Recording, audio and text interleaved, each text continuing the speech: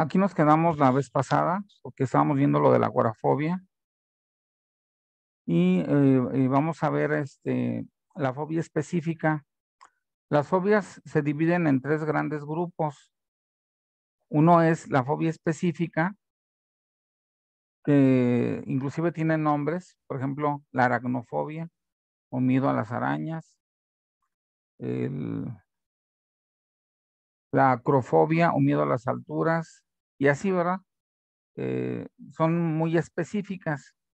En sí hay algo en el mundo que detona la fobia, que sería un miedo o una superstición o una idea negativa.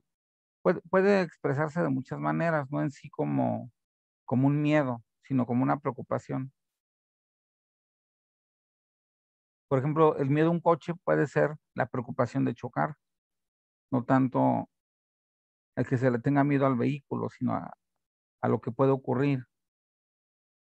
Entonces, estas fobias específicas, usualmente tienen que ver con cuestiones de la infancia, muy ocultas por el inconsciente. En cambio, las fobias sociales pueden provenir de la infancia, pero también provenir de la forma como fuiste educado. La fobia social es a estar en público o actuar en público. Entonces hay gente que tiene lo que se le llama pánico escénico, eh, y tiene mucho miedo la persona cuando pasa a hablar, por ejemplo, en una clase al frente, o expresar sus opiniones. Todo eso le genera problemas en la fobia social. Las fobias sociales son en general a la sociedad, o sea, genera tanto impacto negativo para los sujetos el estar en grupo que se puede convertir en una fobia. Y bueno, ahí está la división entre fobias específicas y sociales. Las fobias específicas son siempre algo en concreto que no precisamente es la sociedad. Y las sociales pues se derivan de ahí, de todo contacto que tenga la persona. Por ejemplo, aquí nos dice en el libro de psicopatología que las fobias más frecuentes son a los ascensores, o sea, puedes quedarte atrapado en un elevador, a los pájaros, al ruido de los cohetes, a los fuegos artificiales, a las tormentas. Aquí dice a la hematofobia, que sería el miedo a la sangre, pero eh, en otros libros viene o una clasificación diferente donde ponen tres fobias, que sería la fobia biológica, la fobia específica y la fobia social. En la fobia biológica se sabe que la gente muchos de nosotros, estamos programados biológicamente para desmayarnos cuando vemos sangre. Por ejemplo, en una ocasión que fui a un nosocomio a ver una autopsia que nos invitó un maestro, ya estoy hablando desde hace muchos años. Eh, Recuerdo que le estaban cortando pues esta parte del cráneo a la persona y le estaban jalando la piel, porque parte de la autopsia es destapar el cráneo y observar el cerebro para ver si no hay algún tipo de daño que haya provocado la muerte. Y cuando agarra era como una especie de sierra, que la agarra pues sí, el técnico ahí que apoyaban en los nosocomios haciendo las autopsias, a gente que llegaba atropellada y que pues, moría o así. Me acuerdo que la sangre empezó por la misma fricción de la sierra, se empezó a hacer como un charquito de sangre en la pared, de toda la sangre que estaba aventando la persona cuando estaba cortando el cráneo. Entonces, yo de repente sentí un trancazo bien fuerte en una pierna, en la pantorrilla, y yo dije, pues, ¿qué se caería? Y me quedé así un ratito y volteo y era una compañera que se había desmayado. Pero fíjense, no se desmayó viendo a la persona muerta, se desmayó cuando vio la sangre. Entonces, esas son fobias biológicas. Nada más que en este libro no las contempla, pero también se dividen en biológicas. A ver, díganme ustedes de manera biológica, ¿a qué le tenemos miedo los humanos? O sea, como una programación ya genética o biológica. Que se sabe que hay gente que se desmaya y obviamente pues eso no tiene que ver con la infancia ni con lo social. Eso es algo biológico. ¿A qué le tenemos, a qué nos genera repulsión? ¿Qué nos hace vomitar, por ejemplo? Cuando una vez que alguien vomitó, o igual es eso, te generan náuseas y te generan ganas de vomitar, ¿no? Entonces también tenemos esa fobia biológica. ¿A qué más cosas? Bueno, y lo de la acrofobia, o sea, el miedo a las alturas, eh, había la disputa de si era realmente una fobia biológica o una fobia específica. Porque si tú estás en un lugar muy elevado, como en los fiordos noruegos, que están como a 1 kilómetro de distancia del suelo, y tú te asomas y ves puro vacío, tenemos una programación biológica que nos hace tener miedo precisamente para evitar asomarnos de más y que nos caigamos. Ocurrió el caso de un español que se sentó en la roca, ahí en Noruega, en el país, y se quiso acomodar y se resbaló y se cayó, se mató, se fue contra un acantilado y unas rocas a 1 kilómetro, imagínense, de distancia. Este, no le funcionó la fobia biológica. Pero bueno, les digo, ahí esa como controversia de si realmente es específico o biológica. Pero bueno, aquí las mezclan pues en la específica, tanto la biológica porque las fobias específicas tienen que ver con no querer recordar algo que ocurrió en los primeros 5 años. Entonces, Freud explicaba que las fobias específicas era, tenían un mecanismo de desplazamiento. O sea, toda fobia desplaza el miedo que tienes en la infancia hacia algún objeto, animal o cosa. Por ejemplo, en el caso del Edipo que vivió Juanito, no sé si se acuerdan del caso Hans de Freud, no sé si alguien lo recuerde, o si no sé si lo hayan visto.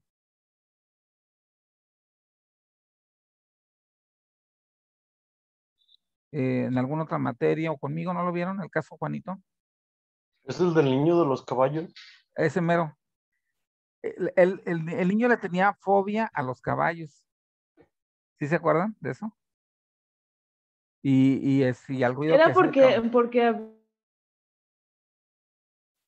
¿Sí? porque le habían presentado como cosas peludas cuando era bebé, ¿no? Algo así. Y por eso había generado fobia a los caballos. Había relacionado las cosas que le habían dado de bebé, ¿no es ese? Bueno, hay muchos casos, ¿verdad? Pero este en concreto, se me hace más bien el del pequeño Albert, que le pusieron una rata, ¿no? Peluda blanca. Y luego le presentaron un conejo y le dio muchísimo más miedo. Y luego alguien se disfrazó, se puso una especie de, como de pijama, algo así, y estaba toda blanca y tuvo mucho miedo. Pero en el caso del pequeño Albert, lo que pasa es que el papá parecía caballo, valga la expresión. Era un tipo como de 2 metros, con unos hombros muy anchos, y llegaba a la casa y hablaba muy fuerte. Pero fíjense, este asunto es el Edipo. O sea, el caso Hans o el niño Juanito, este, tenía mucho miedo de que el papá llegara, pero ¿por qué tenía miedo de que el papá llegara? Porque hablaba fuerte, le decía a la mamá que le hiciera la cena, no a su mamá, sino a su esposa, pues, a la mamá de Juanito. Entonces Juanito estaba en el Edipo, atrapado, ¿verdad? Entonces el miedo al papá de que venga y le quite a la mamá, porque ese es el Edipo, ¿no? O sea, el no resolverlo. Él desplaza al papá por un caballo o por los caballos que pasan. Entonces ese desplazamiento es el mecanismo favorito de las fobias. Es un mecanismo de defensa del desplazamiento. Entonces, primero que nada, como nos decía Anita la vez pasada, hay una represión.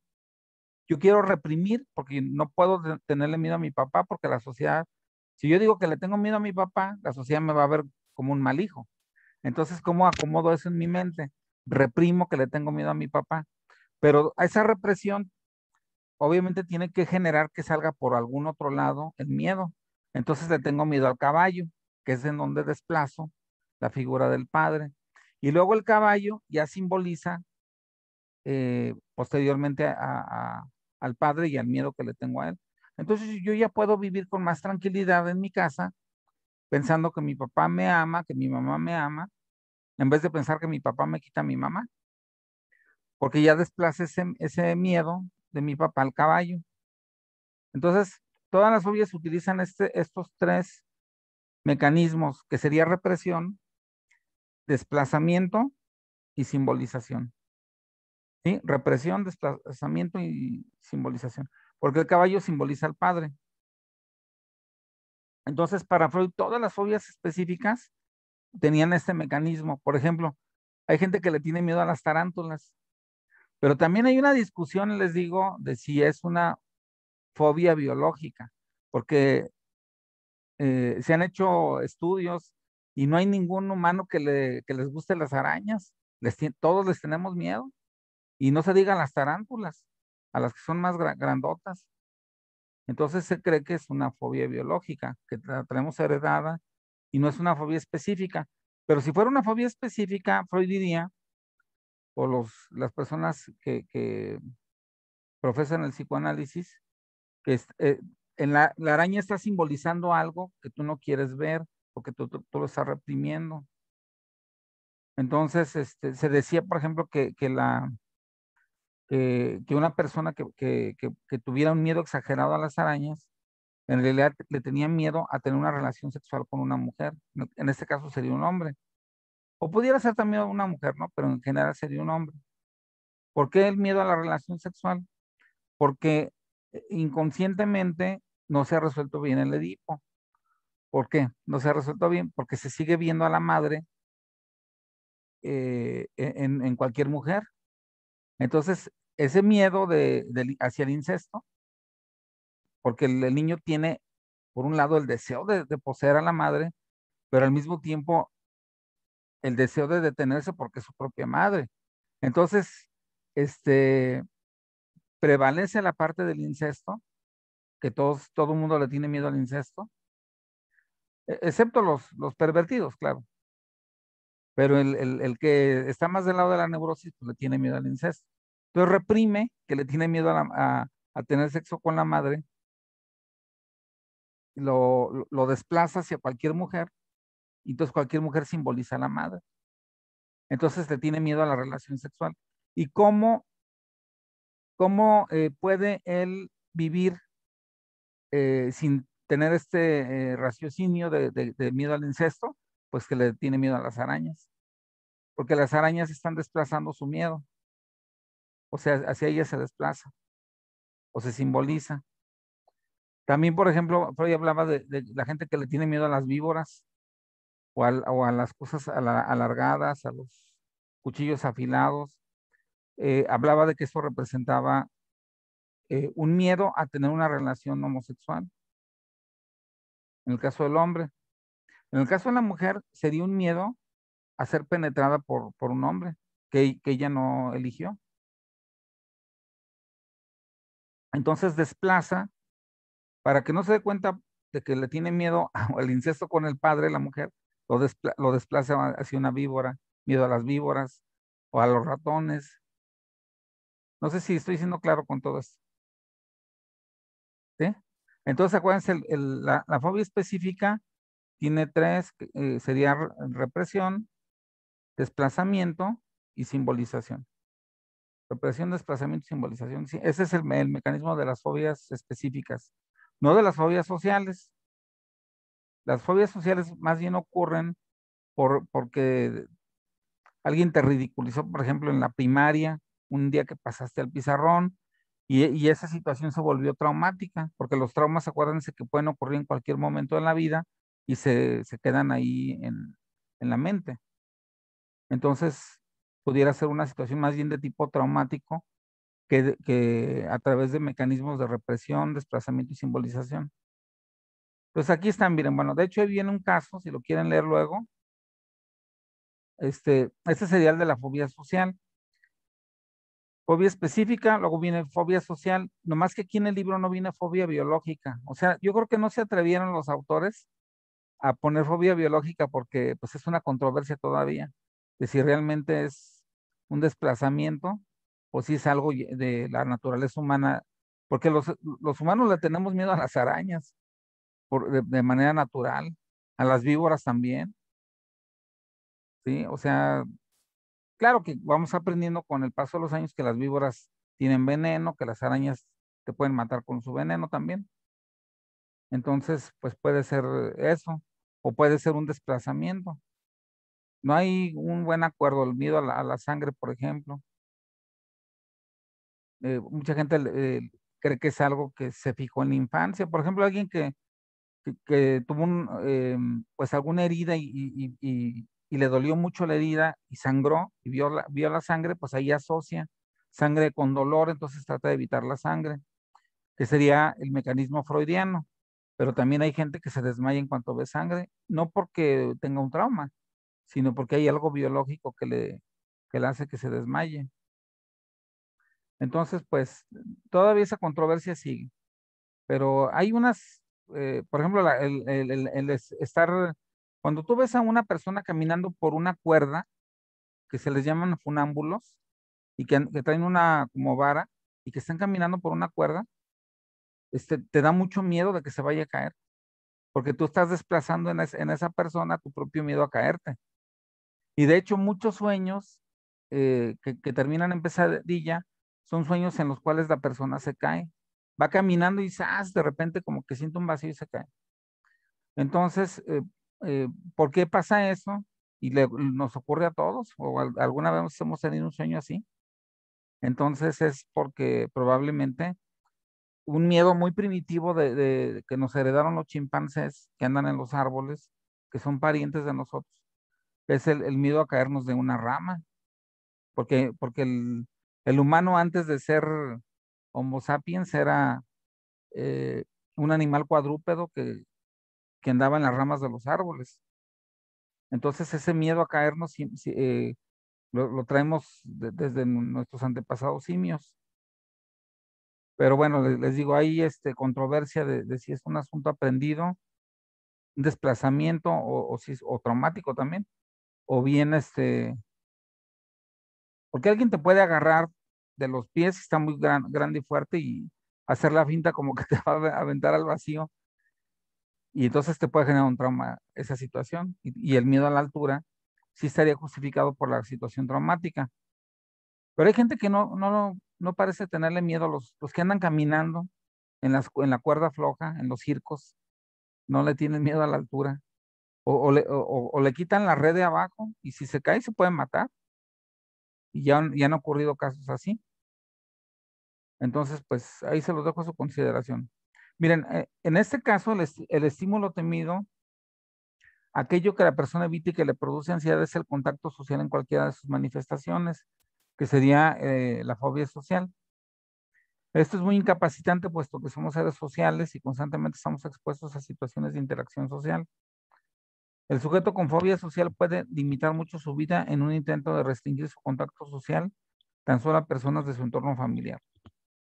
Sí, hay gente que tiene miedo de que la vean en público, nada más de que la vean, o sea, ni siquiera de interactuar. O hay gente que es muy tímida y tarda mucho tiempo en hablarle a gente del sexo opuesto para pues entablar un vínculo de noviazgo o algo por el estilo. porque tiene miedo al rechazo de la sociedad. En este caso se reflejaría en el rechazo de una mujer o de un hombre por una mujer, ¿verdad? Eh, y bueno, ahí también viene otro caso de fobia social, por si lo quieren checar también. Y luego agrupa el DSM-5 en este punto, el trastorno de ansiedad generalizada, que es el que les decía. Desde mi punto de vista, debería ser el que debe estar al principio, porque esta es una ansiedad muy difusa y como que a todo. O sea, por eso se llama así, ansiedad generalizada. O sea, hay gente que está todo el día ansiosa, todo el día está ansiosa. Y no, y le preguntas por qué y no te sabe decir algo concreto. Por eso es una ansiedad generalizada.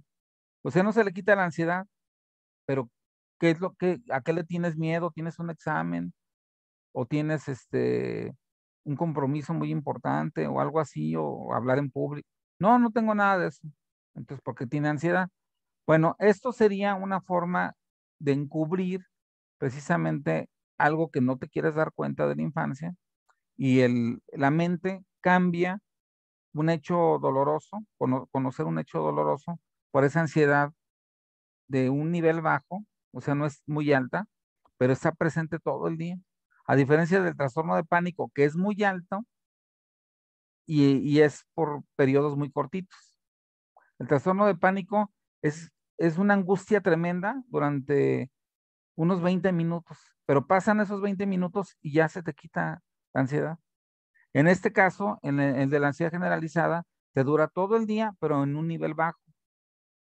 Te va desgastando, pues, y es incómoda esa ansiedad, pero no te ataca como en el caso de un ataque de pánico, que te agarra, les decía yo, en un coche y la gente se avienta del coche, porque siente que el coche la está asfixiando, o gente que de repente se sale de una reunión, puede tener un trastorno de pánico, que no dice hasta luego algo, sino que le entra un miedo tremendo.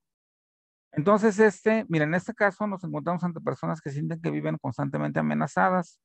Cualquier cambio en sus vidas, en sus rutinas o la aparición de situaciones sobre las que no tienen pleno control les provoca una reacción de ansiedad. Intentan tener sus vidas muy organizadas y planificadas para evitar cambios, cosa que no es posible siempre. Y luego ahí viene otro ejemplo, por si lo quieren también leer, ¿no? Bueno, también se incluye aquí el trastorno de ansiedad debido a enfermedad médica, que en este caso, bueno, hay gente que hay una zona del cerebro que si tienes un tumor que va creciendo y la presiona y hace que segregues muchísima adrenalina. La adrenalina hace que tengas un miedo constante, pero difuso, no sabes en concreto a qué. Y entonces esto sería una situación así que se tiene que descartar. Si van contigo, el paciente, y siente mucha ansiedad y te lo dice, tu obligación como psicólogo es descartar que sea por una enfermedad médica, porque ya han ocurrido casos en León de psicólogos que solamente diagnostican la ansiedad generalizada, pero no se dan cuenta que tiene un tumor la persona y van avanzando en el tratamiento y la persona va empeorando, pero el psicólogo con enfoque psicoanalítico sabe que empeoran las personas que son tratadas porque empiezan a descubrir de dónde procede o de qué trauma, situación traumática o de la infancia, que es de donde proceden todas estas ansiedades, y el psicólogo va interpretándolo, pero no le favorece, sino que va entrando en una espiral negativa, pero es porque tiene un tumor que está creciendo. Entonces, lo primero que tiene que hacer un psicólogo es descartar que sea debido a una enfermedad médica, porque en la mente concurre también el cerebro, y si el cerebro está mal, pues también la mente. Entonces tenemos que descartar eso. También hay gente que tiene ansiedad, pero ese trastorno de ansiedad se debe a que toma algún tipo de sustancia, algún tipo de droga, o bien a la ausencia o falta de esa droga. Por ejemplo, la gente que deja de fumar siente muchísima ansiedad le tiemblan las manos cuando está dejando de fumar. O gente que, el alcohólico que no, bueno, que ya necesita el alcohol diario y no lo bebe, siente muchísima ansiedad. De hecho, se puede morir la persona por el síndrome de abstinencia, no tanto que se muera porque se ahogue en el alcohol, sino porque la falta del alcohol le genera tanta ansiedad, tanta taquicardia que se pueden morir de un infarto. Entonces hay que descartar, en el caso de la ansiedad, estos dos elementos, que sería enfermedad médica y que sería inducción por sustancias, ¿sí? Porque también obviamente la mente concurre donde está el cerebro, y si el cerebro está mal, también la mente va a estar mal. Y un problema muy común del psicólogo es que solamente ve la parte psicológica y no ve la parte biológica, o la parte médica, o la parte de la drogadicción. Entonces, todo lo encajonamos en trastorno de ansiedad generalizada, trastorno de pánico, fobia social, fobia específica, agorafobia, que ya la vimos, y se nos olvida que también existen estas dos categorías. Hay que descartarla. ¿Cómo se sabe si alguien tiene un tumor en el cerebro? Pues hay que mandarlo que se haga una tomografía. Otra forma es viendo que va empeorando, sus síntomas van empeorando, porque su cerebro está segregando mucho más adrenalina de la que debería de segregar. Acuérdense que la adrenalina se segrega en el cerebro y se segrega en el cuerpo. Es una hormona que pertenece a todo el cuerpo. Entonces afecta porque los músculos se tensan, el corazón late más, palpita más rápido. Es una neurohormona que está en todo el cuerpo. Entonces te genera sintomatologías muy parecidas a las del miedo, cuando segregas en exceso de adrenalina. No así la noradrenalina, que esa nada más pertenece al cerebro, ¿sí? La adrenalina está en todo el cuerpo. Entonces por eso genera este tipo de situaciones. ¿Por qué ocurre? Aquí nos da una explicación los autores. A ver si alguien me ayuda a leer. En el apartado anterior.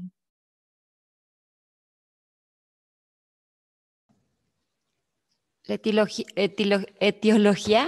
Sí. es el apartado anterior. En el apartado anterior habíamos definido la ansiedad como la anticipación de un peligro que ponía a la persona en situación de defensa. También decíamos que cuando el sujeto no disponía de recursos suficientes o los que había usado habían resultado infructuosos, ponía en marcha estrategias de huida y no de atontamiento. Este es el origen de los trastornos de ansiedad, ¿por qué las personas en cuestión no tienen recursos de afrontamiento? Porque no los ha adquirido en su proceso educativo o porque nunca se enfrentó a esa situación o a otras parecidas. Por ejemplo, los estilos educativos sobreprotectores pueden favorecer la aparición de ciertos miedos debido al no aprendizaje de recursos de afrontamiento. En función de a qué se dirige el temor, podremos categorizar los trastornos de ansiedad. Si el temor está claramente dirigido a estímulos, tendríamos una fobia simple, pero si ese estímulo es el contacto social, tendríamos una fobia social. Si el temor tiene que ver con sentirse sin recursos en situaciones donde el sujeto no tiene ayuda o lo será difícil huir, tendríamos una agorafobia. Cuando el miedo afecta a múltiples situaciones, hablamos de ansiedad generalizada y normalmente afecta a sujetos que viven en constante preocupación ante cualquier cambio en sus rutinas, aparición de adversidades, etc. Siempre que un sujeto huye de un estímulo o situación, logra calmar su ansiedad, pero no aprende estrategias de afrontamiento, con lo cual el problema persiste y la huida sigue siendo la única estrategia posible en el futuro. Si analizamos esta cuestión desde un enfoque funcional, tendríamos que el esfuerzo negativo constituye la clave para el mantenimiento de las conductas de huida, dado que éstas libran al sujeto de seguir sintiendo ansiedad. Tengamos en cuenta que Una técnica de aplicación en todos los trastornos de ansiedad es la exposición. Mediante ella conseguimos que el sujeto aprenda a afrontar la situación, bien desarrollando nuevas estrategias o bien aprendiendo que su miedo no es necesario, puesto que no está en peligro real. Sí, gracias, Ruth. Bueno, como pueden ver aquí, los autores hablan de la importancia del afrontamiento, y se meten un poquito con el conductismo, ya que hablan del refuerzo negativo, que es otra explicación también, ¿verdad? Es que cuando la persona habla socialmente, se burlan de ella, pues ese es un refuerzo negativo. O sea, y no sale del círculo vicioso. O gente que huye cuando ve mucha gente, la gente se ríe de esa persona. Y es la persona que está huyendo escucha esas risas, esa burla. Entonces hay un castigo. Entonces eso genera un círculo vicioso. Porque la gente huye, se burlan de ella, por eso no quiere estar en sociedad, porque se burlan de ella. Entonces huye y se vuelven a burlar. Y así se da un circulito, ¿no? Entonces, y volvemos a lo mismo, no hay algo que lo justifique para cualquier otra persona, digamos, de comillas normal, que alguien tenga una fobia social. O sea, ¿qué se hace en el consultorio?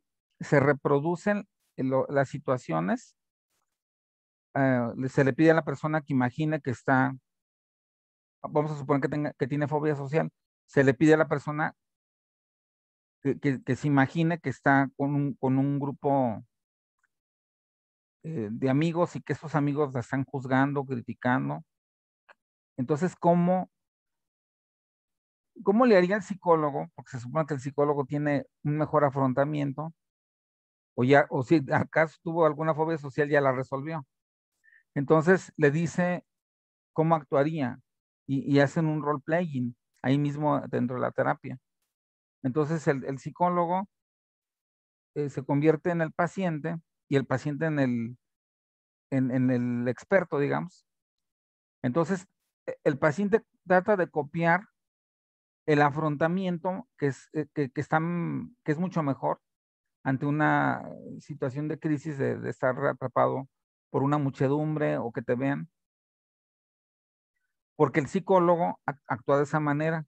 O sea, si cambian los roles, eso es muy positivo para que haya un cambio terapéutico.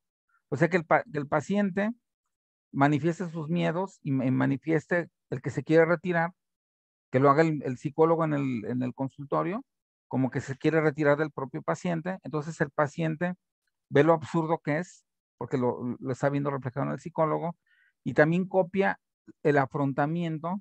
Por ejemplo, el psicólogo le puede decir al paciente, si está actuando como él, a ver, ¿por qué me miran así? ¿Se están riendo de mí? Entonces ya cuando la persona les pregunta a los otros y los otros dicen, no estamos riéndonos de ti, nos estamos riendo de algo que platicamos, pero no de ti. Entonces la persona ya tiene un mejor afrontamiento, pero ahí lo tiene que aprender de manera conductual, o sea, en el consultorio. Y si la persona tiene algún problema más bien arraigado a la infancia, que es la postura, digamos, dominante en la psicología, el psicólogo resuelve qué es lo que está representando la fobia. O sea, qué elementos del Edipo o de la etapa anal o de la etapa oral está representando la fobia. Y ya cuando se detecta, se analiza, se supone que en cuanto la persona se da cuenta de dónde viene, se le quita inmediatamente la fobia, porque se da cuenta que tiene un origen. Y ya cuando se resuelve el origen, se resuelve el problema, ¿no? Entonces, esto es en general la teoría de los trastornos de ansiedad. Luego viene este grupo que viene aquí de trastornos obsesivos compulsivos y afines, en el DSM-3 y 2, y en el 1 estaban juntos con los trastornos de ansiedad. Pertenecían a un gran trastorno, ¿no? El obsesivo compulsivo también tiene trastornos de ansiedad, obviamente, porque si no logra, lo obsesivo es que se le viene alguna idea a la mente y lo compulsivo es que tiene que hacer algo. Por ejemplo, se le viene a la mente que dejó abierta la llave del gas y tiene que ir a checarlo. Y si no lo hace, le genera mucha ansiedad no hacer. O puede estar en algún lado, puede estar en la escuela o en el trabajo, y se le viene la idea, se va a la casa a checar la fuga de gas. Entonces, y si no lo hace, anda con mucha ansiedad. O sea, también son trastornos parientes de la ansiedad, pero el DSM-5 el DSM-4 y el 5 los colocan ya como en otro lugar diferente a los trastornos de ansiedad, que son como más, se nota mucho más la ansiedad que la compulsión, ¿sí? O que el afrontamiento exagerado. Entonces esa sería como que la diferencia entre unos y otros. Pero también comparten la ansiedad, ¿no? Ya de aquí, como quería que nada más termináramos esto para hacerles unas preguntas para el miércoles. No sé si hasta aquí tengan alguna duda, nos quedan 2 minutos y cachito. De esas últimas obvias que vimos. No, profe, ninguna duda. ¿No? ¿Todo bien? Entonces, Todo bueno, bien. entonces les pregunto de las fobias, de del trastorno del TAG, trastorno de ansiedad generalizada, del TP, trastorno de pánico, y de las fobias específicas que se clasifican, tienen muchos nombres.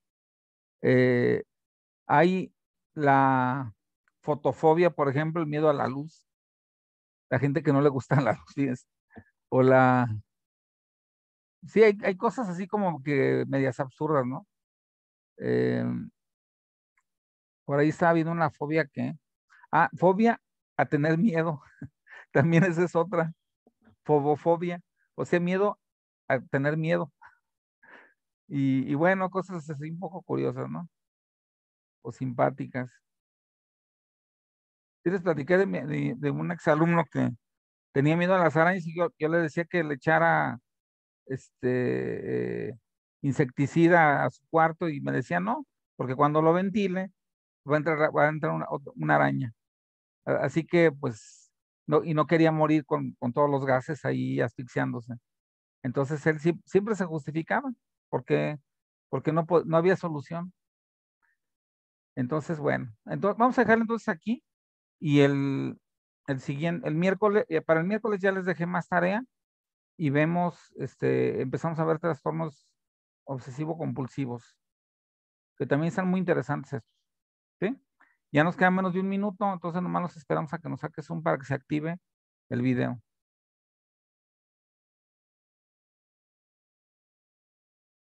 A veces nos saca rápido y a veces no.